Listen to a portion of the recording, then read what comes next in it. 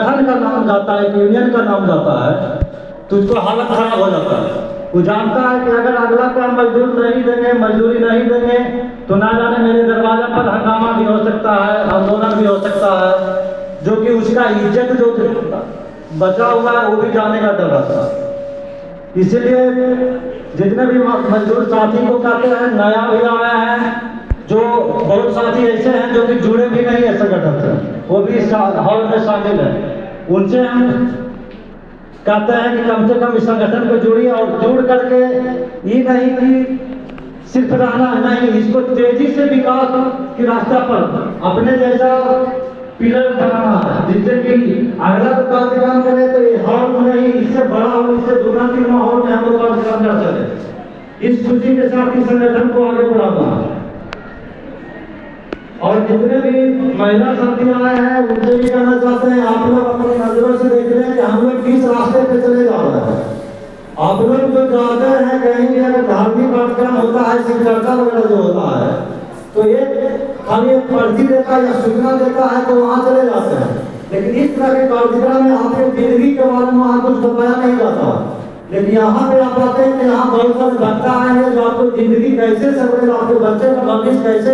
उज्जवल होगा, आपको कार्यक्रम जो होता है धार्मिक कार्यक्रम उसमें नहीं बताया जाता, उसमें सिर्फ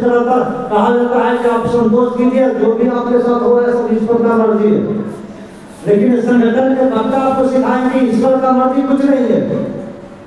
और आप अपने किस रास्ते पर आगे बढ़ रहे हैं, ईश्वर का मर्जी उसके लिए है जो आपको दोहन कर रहा है, आपको सदा रहा है शिक्षा के माध्यम से, चिकित्सा के माध्यम से। आज कुछ ताजा रिपोर्टें हम देखे हैं कि पिछले 14 साल में न जाने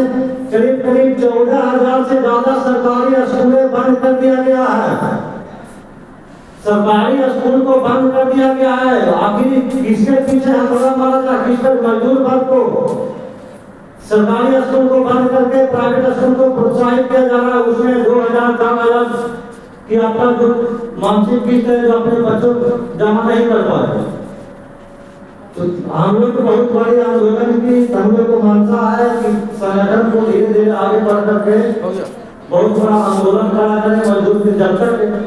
अगर मान लिया कि पटना की धरती पर अगर हम लोग 10,000 की संख्या अगर खड़ा कर दे गांधी मैदान में या रोड पे, तो सरकार को एक दिन में झुकना पड़ेगा, 1 घंटा में झुकना पड़ेगा। लेकिन सरकार भी छुपा हुआ है, वो जानता है कि कुछ होने वाला नहीं है,